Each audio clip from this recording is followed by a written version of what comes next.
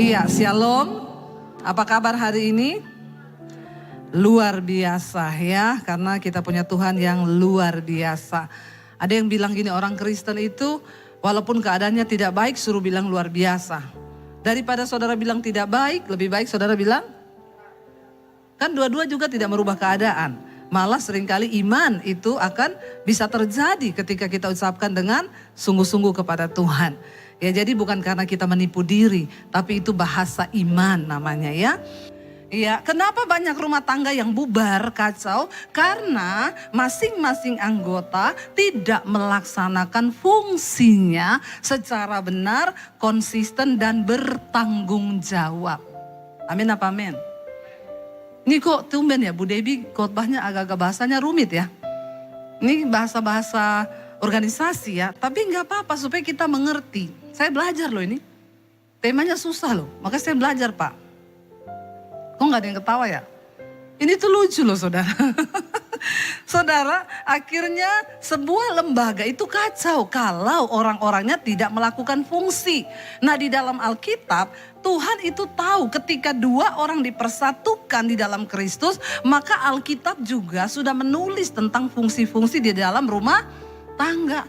Agar keluarga itu berjalan harmonis, ketika fungsi di dalam rumah tangga itu juga berjalan dengan baik. Semua anggota melakukan. Nanti kita akan baca. Yang kedua, ya keluarga itu adalah tempat daripada setiap anggota itu belajar. Tentang apa? Di dalam keluarga kita belajar tentang yang pertama kasih. Ya, ada nilai-nilai pembelajaran di dalam keluarga, bahkan ya anak-anak kita akan belajar tentang agama. Ya, tentang sosialisasi itu kita belajar dulu di dalam keluarga. Makanya kalau orang itu di dalam keluarganya rusak hubungannya, maka di luar juga pasti rusak. Ada orang di mana-mana dia bersosialisasi itu hancur terus. Kenapa? Karena di keluarga juga hancur. Kenapa bisa terjadi kehancuran? Ketika hubungan kita dengan Tuhan rusak, maka hubungan kita dengan sesama juga pasti rusak. Ya orang kalau hubungannya dengan Tuhan gak dekat di dalam keluarga pun dia akan rusak hubungannya. Tapi ketika hubungan kita dengan Tuhan baik, maka hubungan kita dengan sesama juga akan baik. Di dalam keluarga anak-anak belajar yang pertama tentang agama. Tentang hubungan manusia dengan Tuhan. Dan itu harus diajarkan yang pertama oleh orang tua. Amin Bapak-bapak. Alkitab berkata suami itu kepala keluarga. Dia adalah wakil Kristus yang harus mengajarkan iman kepada anak dan istrinya. Istri itu adalah penolong. Lalu di sini dikatakan ya bahwa sebuah lembaga itu mengajarkan nilai-nilai. Ya, anak-anak kita belajar tentang bagaimana bersosialisasi satu dengan yang lain. Itu pertama kali di dalam keluarga. Waktu kita punya anak satu, punya anak dua. Ketika mereka bertengkar. Ya, bagaimana kita mengajarkan kepada mereka nilai-nilai. Dua-duanya ketika mereka bertengkar, yang satu kita kasih nilai, yang satu juga kita tegur. Ya, jadi dua-duanya diajarkan bagaimana membangun hubungan dengan Tuhan. Bagaimana mereka bersosialisasi, saling menghargai satu dengan yang lain. Dan ketika kita sama-sama belajar, saudara, Bapak, Ibu, Tuhan tuh menciptakan manusia itu sebagai makhluk sosial. Karena itu kita tuh gak bisa hidup sendiri.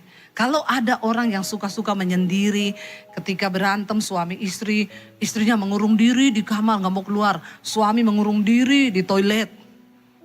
Ngapain coba? Anda suka-suka menyendiri, itu tanda-tanda mulai sakit jiwa. Ya, bisa berakhir kepada gila. Jangan suka menyendiri. Ya, kita harus bersosialisasi bersama-sama. Ya, jangan. Apalagi suami istri tuh kalau bertengkar, ya jangan menyendiri-menyendiri. Kita ini makhluk sosial yang diciptakan Tuhan. Baik adanya kita saling membangun hubungan. Ketika kita hubungannya baik, ada masalah ya sudah selesaikan. Habis itu biasa. Anak-anakmu itu melihat perilaku orang tuanya. Ketika kita mengajarkan mereka tentang bagaimana hidup bersosialisasi, ya kita mengajarkan mereka tentang nilai-nilai yang baik dalam firman Tuhan. Di dalam keluarga anak-anak juga belajar tentang manajemen, bagaimana mereka mengatur keuangan. Ya, orang tua harus menjadi contoh di dalam keluarga. Ajarkan anak-anakmu menabur. Ya, saya tuh banyak melihat orang Kristen Aduh, pakai kalung salib ya. Waktu saya pergi lihat sekolah saya di Semarang, di Bandungan, kita mampir makan tahu. Ya, di dekat sekolah saya itu ada tahu yang terkenal. Nanti saudara kalau mau pergi ke sana tanya sama saya. Itu tahu terkenal. Di situ ada pengamen ya. Saya juga masuk ke situ. Saya lihat ya aduh kayaknya nih rame ya, dan memang banyak orang Kristen ya. Saya lihat banyak orang Chinese ya, termasuk saya juga. Saya kan mirip Chinese toh. Iya enggak? Ya iya apa iya? Enggak iya ya enggak apa-apa. Lalu waktu dia lihat banyak orang Kristen masuk, banyak pakai kalung salib, pengamennya langsung rubah lagu. Ya, langsung dia rubah lagu. Hidup ini adalah kesempatan. Maka orang-orang Kristen yang duduk di situ mulai ikut nyanyi kan. Lihatin pengamennya, dengan harapan sang pengamen dia pasti dapat uang. Dia nyanyi lagu rohani. Habis itu dia ganti semua baik, semua baik. Saya bilang sama suami saya, dia lihat banyak orang Kristen yang masuk. Dia ganti lagu rohani dengan harapan dapat saweran banyak. Saya bilang sama suami saya, kita lihat. Di sini saya mau uji nih orang-orang Kristen ini pelit atau tidak. Ya akhirnya saudara ada beberapa yang pakai jilbab di situ. Satu-satu keluar, enggak ada yang mampir kasih duit. Saya bilang sama suami saya, kasihan banget tuh pengamen. Tiba-tiba ada yang pakai jilbab lewat, ngasih 50.000. Dalam hatinya si pengamen, tahu gitu tadi saya nyanyi. Sholatullah. Kasihan deh lu, ya. Coba saudara, ini orang-orang Kristen ini memang ya, pelitnya minta ampun. Orang kikir tidak masuk surga. Bilang amin. Itu orang-orang Kristen yang di sana, yang di sini semua pemurah. Ya, mudah-mudahan. Ya, saya bilang sama suami, dia sudah berharap loh. Jadi saya bilang, jangan-jangan dia salah satu subscribe Debbie Basir TV. Jadi saya keluar, saya kasih dia 100.000. Untuk gantiin yang lain-lain yang pelit-pelit itu tadi. Bertobat Bapak Ibu. Ya, kenapa saudara ada orang-orang begitu? Dalam keluarga kita belajar mengajarkan nilai-nilai kepada anak-anak kita. Saya senang kemarin anak saya tuh bilang gini, Mam, kita tuh kalau ngobrol-ngobrol kita sering ngomong gini, Mami tuh makanya diberkati ya. Mami tuh berbuat baik sama orang yang jahat loh. Aku tahu loh, itu orang itu jahat sama Mami, tapi dia tetap berbuat baik. Ya, dia masih menabur. Lalu anak saya bilang, susah ya kayaknya ya jadi kayak Mami ya. Terus saya bilang, tapi kamu gak boleh bilang begitu. Ya kalau kamu ngomong begitu, ya kamu gak diberkati Tuhan. Ya, dia tanya, kenapa sih Mami mau tetap berbuat baik walaupun orang itu jahat? Aku berbuat baik sama dia bukan karena dia baik. Saya berbuat baik ya karena saya memang pengen berbuat baik. Kalau kita berbuat baik sama orang yang baik, ya itu biasa. Ya, kita menabur. Kadang-kadang ada orang yang menjengkelkan saudara.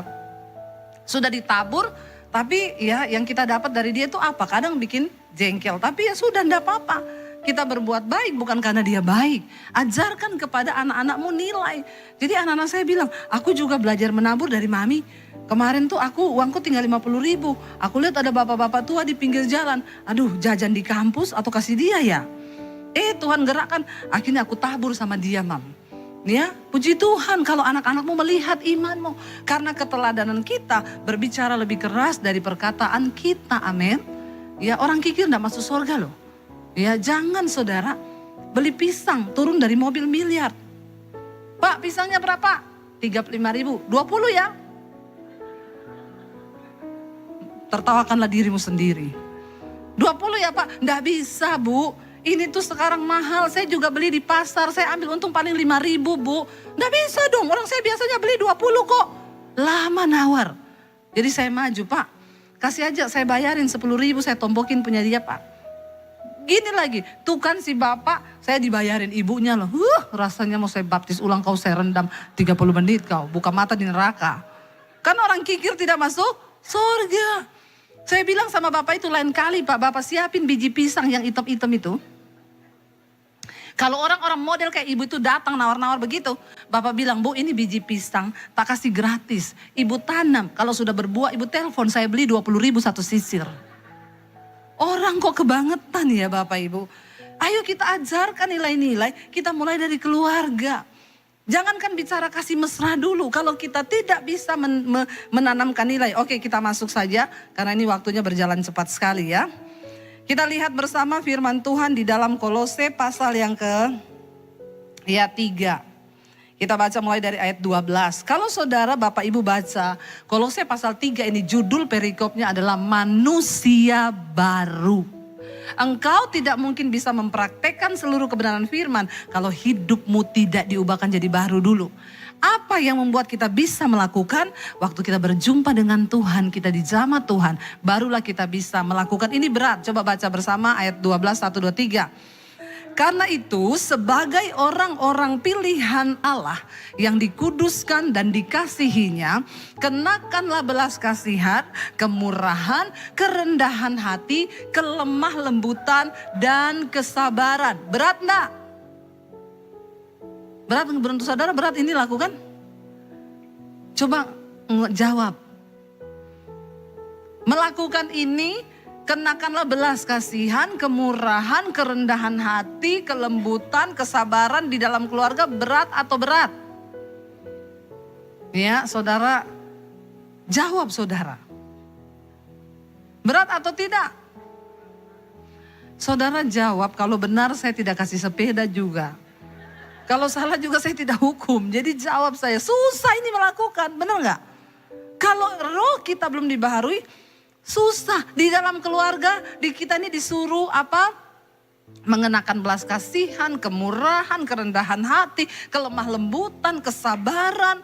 Lalu ayat yang berikutnya 13 berkata di sana, sabarlah apa? Kamu seorang terhadap yang lain dan ampunilah seorang akan yang lain. Apabila yang seorang menaruh dendam terhadap yang lain, sama seperti Tuhan telah mengampuni kamu, kamu perbuat jugalah demikian. Susah nggak ini juga? Tapi banyak orang bilang, Bu, saya nggak bisa mengampuni, berat. Ya kalau berat, kalau ringan itu namanya bukan pengampunan. Namanya mengampuni itu ada sesuatu yang harus kita lepaskan. Ya, mengampuni, lepaskan, lupakan semua yang pernah kita alami yang pahit.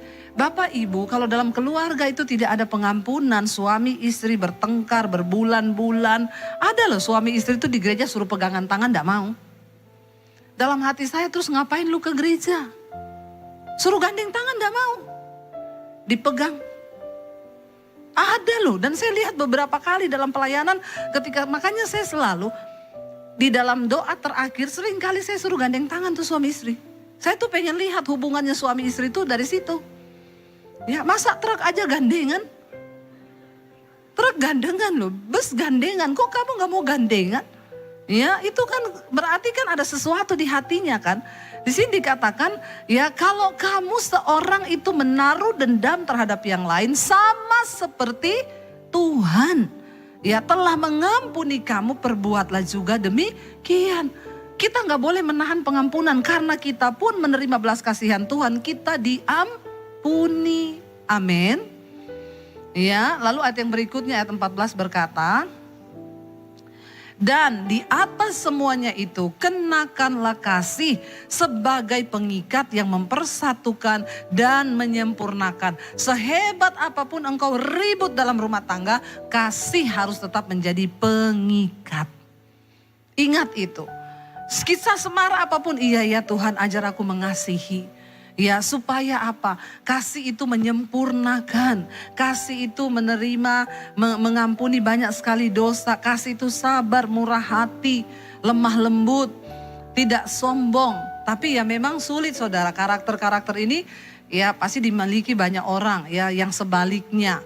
Ya karena semua manusia itu memang berbeda. Kita memang diciptakan dari tanah, tapi jenis tanahnya beda-beda.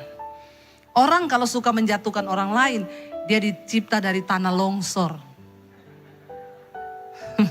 Kalau orang tuh sombong banget, berarti dia dicipta dari tanah tinggi. Ya, orang yang suka shopping terus, dia dicipta dari tanah abang. Ya, kalau suka memberi, dulu pasti diciptanya dari tanah wakaf. Ya, tanah hasil sumbangan itu yang disumbangkan buat panti asuhan dan lain sebagainya. Orang suka kepoin hidup orang. Dia dicipta dari tanah liat. Sukanya lihat-lihat hidup orang. Terus kepo, ya. Yang suka bikin rusuh hidup orang lain pasti dicipta dari tanah sengketa. Jangan saudara, mari kita ini minta sama Tuhan supaya tanah-tanah kita tuh dikuduskan. Jadi kita punya ini semua karakter ini. Ayat 15 berkata apa? Kita baca bersama. Ayat 15. Hendaklah apa?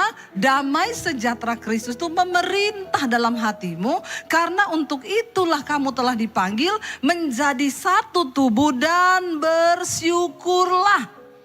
Kita dalam satu keluarga, Alkitab berkata itu adalah satu tubuh. Saya mau tanya Bapak Ibu, kalau kelingkingmu sakit, keinjak nih, kepelindes nih, kelingkingnya retak, satu tubuh gak rasakan sakitnya? Atau kelingking keinjak, mata melihat, otak berpikir, kasihan deh lu keinjak. Ada yang begitu? Alkitab menggambarkan keluarga itu sebagai satu tubuh. Ya, istri kalau suamimu sakit, maka kita juga sakit. Iya enggak ibu-ibu? Kalau suami sakit kita rasa sakit juga enggak? Enggak ya? Ibu-ibu ini kebangetan ya. Istri macam apa kau? Loh kita ini kan harusnya menjadi penolong kan? Suami sakit kita rasa sakit kan? Ada ibu-ibu di sini? Ya, atau ibu-ibu yang sudah tidak punya suami mungkin ya. Jadi dia sudah tidak merasakan bagaimana suami sakit. Kalau saya ya, suami saya baru gini-gini aja. Kenapa saya pusing, tak keroin sini, tak pijetin. Ya, karena kita merasa satu tubuh. Tapi memang biasanya bapak-bapak, biar istrinya sakit dia enggak merasa. Ya enggak bapak-bapak. Ya, kita nih ngerti bahasa tubuh. Wanita itu lebih mengerti, suami baru gini, kenapa saya lapar? Kenapa saya sakit kepala? Ya kita perempuan, biar sudah gini. Dia nggak mau tahu, bahkan pura-pura tidak tahu.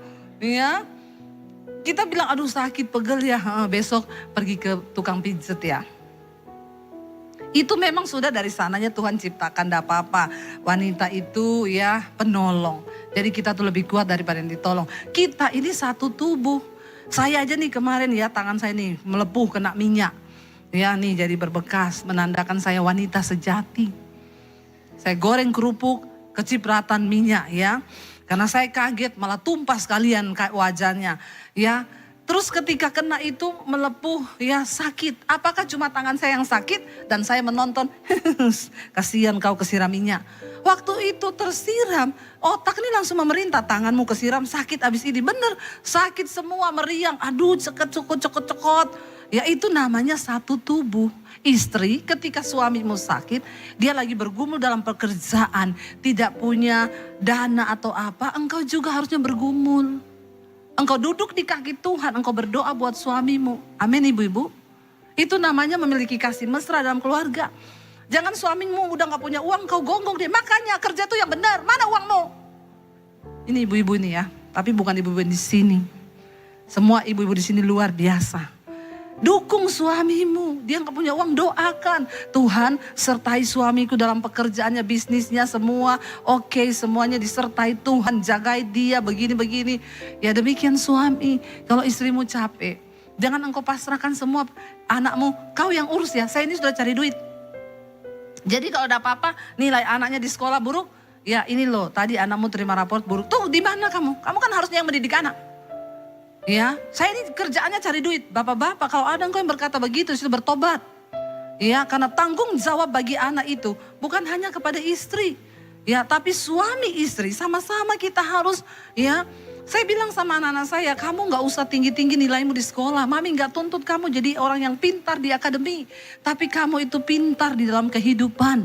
Karena ada nilai-nilai firman Tuhan di dalam hidupmu. Amin. Tapi orang tua sekarang anaknya dileskan matematika, bahasa Inggris, bahasa Perancis, bahasa Jerman, bahasa Amerika, bahasa ya Yunani, bahasa ini, bahasa Arab, semua dilesin. Tapi nggak ada yang lesin firman Tuhan. Padahal Alkitab berkata takut akan Tuhan itu sumber hikmat. Ketika anakmu hidup takut Tuhan, maka dia akan masa depannya cerah di dalam tangan Tuhan.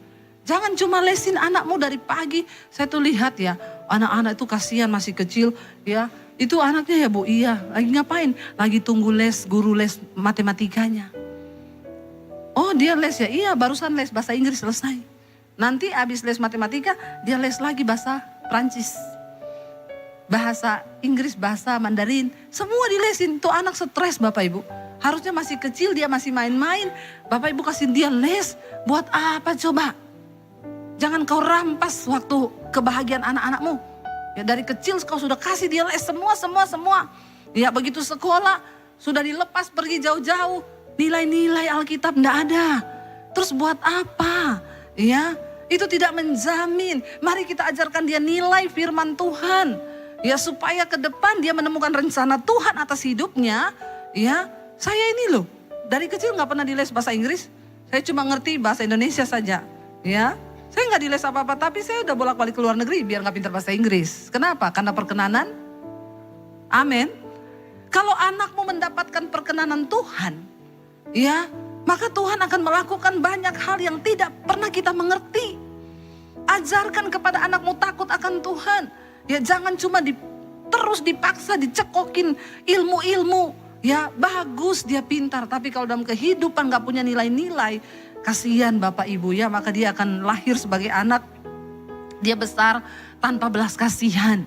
Ya, makanya banyak anak-anak yang stres di les-lesin itu, kacamatanya udah tebelnya segini. Ya, kalau lihat orang, saya tahu nih pasti ilmu matematika di kepalanya semua ini. Ya kasihan loh, jangan kau bikin anakmu stres. Makanya sekarang banyak orang stres.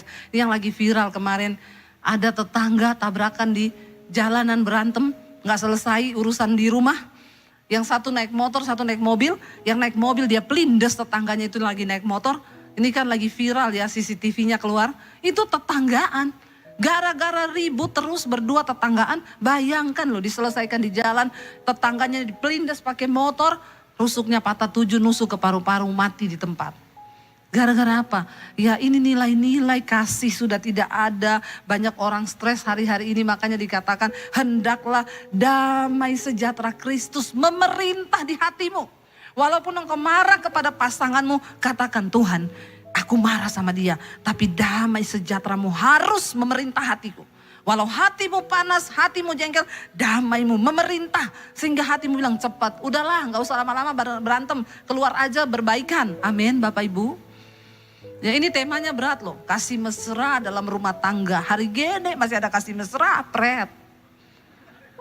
Ya susah karena saya menghadapi sekarang konseling rumah tangga. Ya boro-boro. Ada ibu-ibu yang Bu, anak saya dipukulin suaminya. Berkali-kali terjadi Bu. Sampai akhirnya saya tuh rasanya sudah mau suruh mereka cerai. Jangan bercerai Bu. Terus apa jalan keluarnya? Lapor polisi menantumu itu. Loh enggak apa-apa Bu, kita ini orang Kristen. Saya bilang pemerintah itu wakil Allah Bu. Kalau dengan hukum Tuhan nggak bisa diselesaikan, pakai hukum negara. Itu sah kok. Ya nggak apa-apa Bu, nggak apa-apa daripada isu anakmu dipukulin terus. Akhirnya dilaporin polisi. Ya lalu ditangkaplah dia di rumah orang tuanya, datang patroli, dinaikin ke mobil polisi. Ya beraninya tampar perempuan. Saya bingung kalau ada laki-laki yang suka tampar istri di sini, kau bencong. Ya kau bukan laki-laki. Banci kau, bertobat. Ya masa laki-laki pukul perempuan. Lalu dilaporin ke polisi. Akhirnya diangkat pakai mobil patroli. Sampai di polisi dia kencing di celana. Begitu itu. Ya kencing di celana, nangis-nangis. Pak ampun saya mau pulang. Ya, polisinya bilang kamu telepon mertuamu dan istrimu. Kalau dia cabut surat tuntutan, kami kasih kamu pulang. Semua tergantung istri dan mertuamu. Mamanya telepon saya, Bu, ini polisi bilang dia minta pulang, terserah kami gimana. Sudah cukup efek jerahnya. Ampuni Bu, tapi bikin surat perjanjian di depan kantor polisi. Di depan polisi, kalau dia masih pukul anakmu lagi Bu, penjarakan, gak usah ditarik-tarik itu surat. Biarin dia di sana, biar dia belajar. Akhirnya keluar. Saya ketemu beberapa waktu kemudian mereka, Ibu Debbie terima kasih ya suaminya, terima kasih Bu. Sekarang kami hidup rukun bersama, usaha kami diberkati Tuhan, semakin hari semakin manis, puji Tuhan. Kau tampar lagi, kau masuk ke penjara kau. Ya, dan puji Tuhan sejak saat itu gak berani lagi mukul. Ya, bagaimana mau kasih mesra kayak begitu kalau ada pukulan? Ketika mereka hidup rukun bersama, dipulihkan. Saya suruh dengar khotbah saya tiap hari.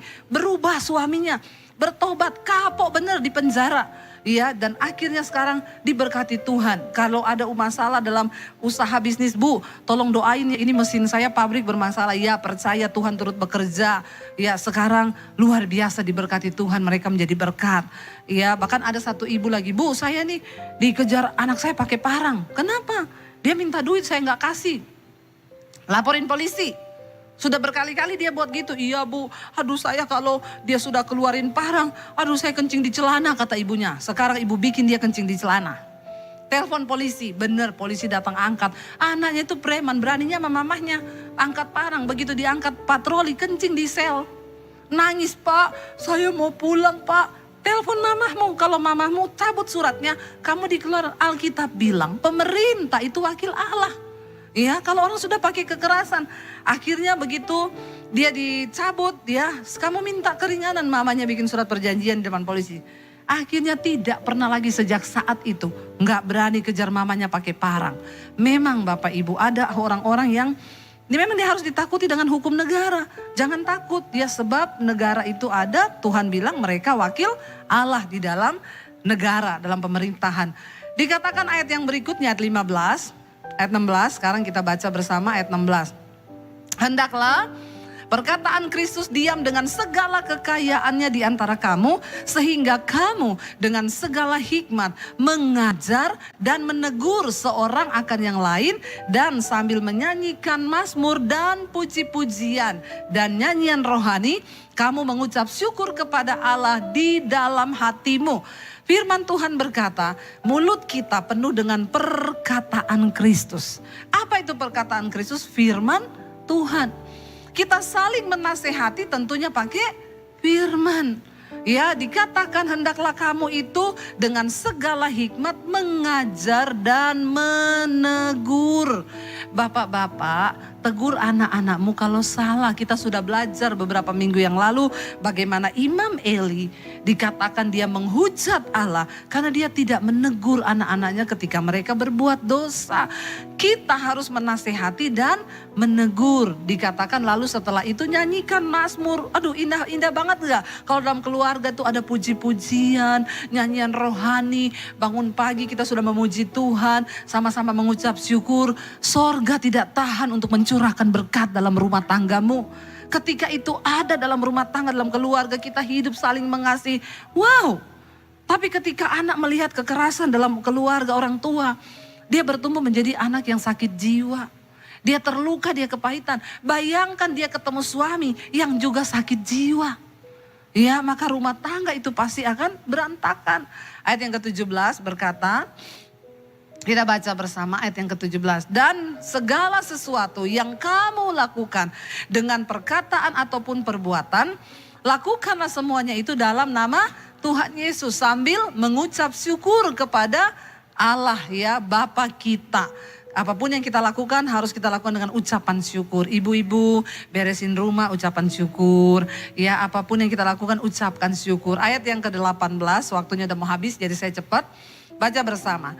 Hai istri-istri, tunduklah kepada suamimu sebagaimana seharusnya di dalam Tuhan.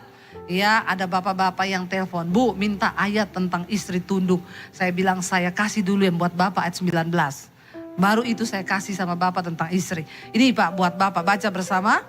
Hai suami-suami, kasihilah istrimu dan janganlah berlaku kasar terhadap dia.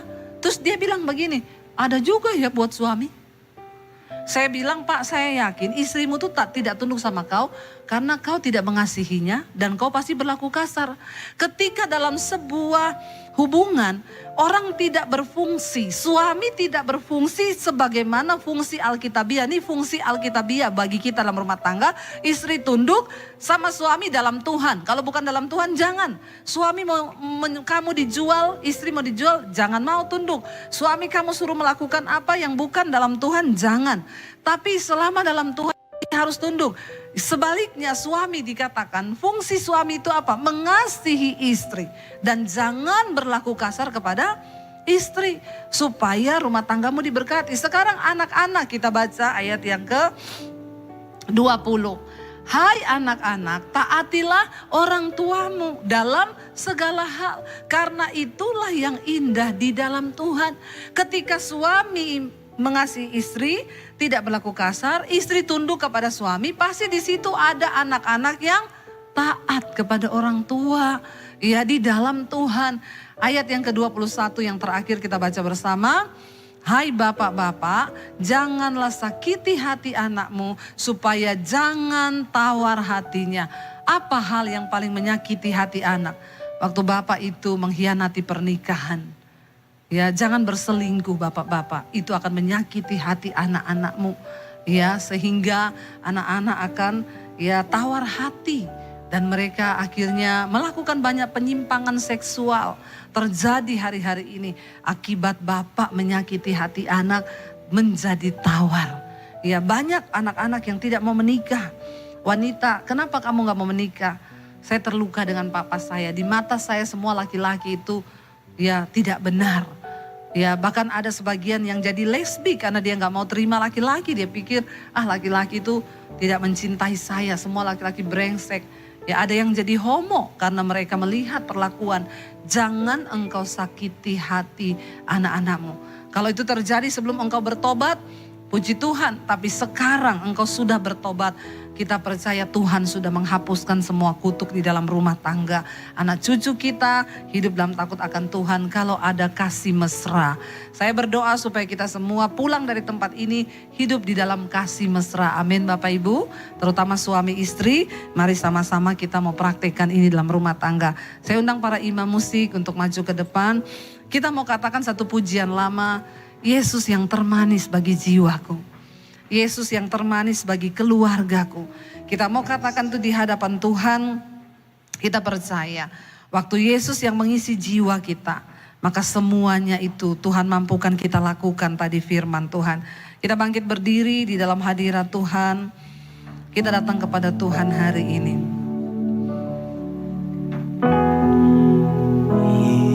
Yesus yang termanis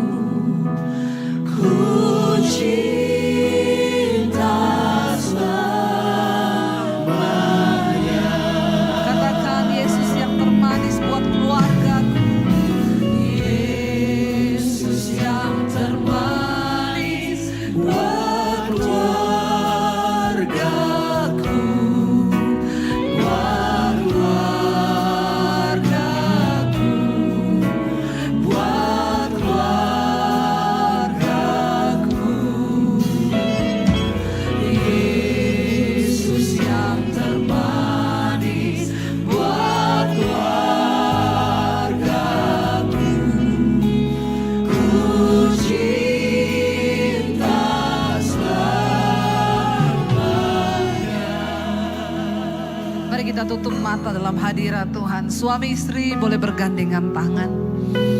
Bawa keluargamu di dalam Tuhan hari ini. Bahkan keluarga besarmu. Katakan Tuhan pulihkan. Pulihkan keluarga kami Bapa. Engkau yang terindah bagi keluarga kami. Mampukan kami hidup dalam kasih mesra. Di antara keluarga besar kami. Buat anak-anak kami, orang tua kami, menantu, cucu. Bahkan keluarga besar dengan ipar, dengan kakak adik kami. Ajar kami Tuhan. Hidup di dalam kasih mesra Tuhan. Karena itulah yang Tuhan mau dalam hidup kami. Supaya berkat-berkat Tuhan tidak terhalang. Jadikan keluarga-keluarga kami menjadi keluarga yang berkemenangan. Ampuni Bapa, kalau ada kesalahan yang dilakukan oleh suami-suami. Biar mereka bertobat dan istri-istri melepaskan pengampunan. Demikian sebaliknya, jika ada istri yang pernah melakukan kesalahan, Biar juga suami melepaskan pengampunan. Kami tidak mau hidup di dalam dendam. Kami mau belajar melepaskan pengampunan Tuhan. Mampukan setiap kami. Biarlah suami-suami berdiri menjadi imam dan melakukan fungsi Alkitabiah, firman Tuhan di dalam keluarga dan rumah tangga. Tolong kami dan seisi rumah kami, agar ketika Tuhan Yesus datang kembali, kami boleh bersama-sama menikmati surga-Mu yang mulia Tuhan. Terima kasih Bapa buat setiap kasih dan kebaikan-Mu bagi setiap kami. Biarlah kami boleh bawa itu kepada keluarga besar kami. Engkau menjadi yang termanis. Sembuhkan jiwa kami Tuhan.